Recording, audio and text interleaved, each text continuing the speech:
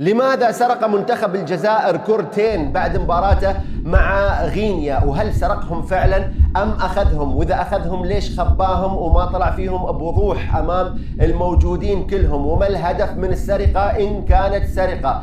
هل عشان يحطون فيها سحر كما يقول البعض للمباراة القادمة أمام الكونغو؟ انتقل الحسن تشاني الله يرحمه. أم هل عشان يثبتون الأخوة الجزائريين أن الكرة لا تطابق المعايير العالمية في كرة القدم وخربت المباراة؟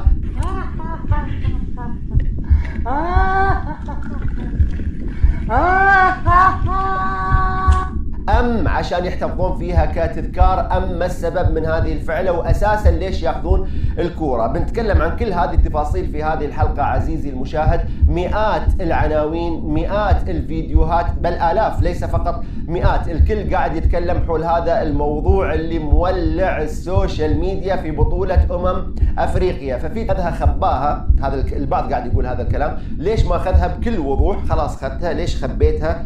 ما طلعت فيها بشكل واضح. البعض قاعدين يقولون، شو قاعدين يقولون؟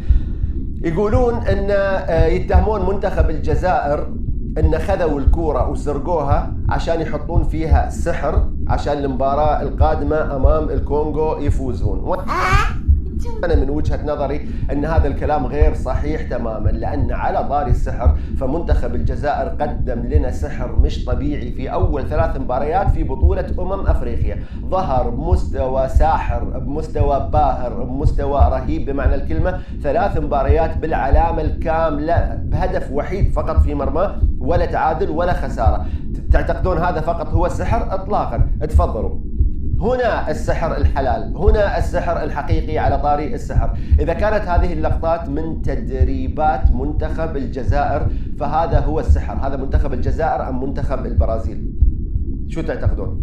هنا السحر. فهل منتخب كبير عالمي بحجم منتخب الجزائر بحاجة إلى أن يسرق كورة عشان يحط فيها سحر عشان يرجعها عشان يلعب المباراة القادمة ويفوز؟ أنا ما أعتقد هذا الشيء. أنت ما رأيك عزيزي المشاهد؟ اكتب لي في التعليقات في أسفل الفيديو.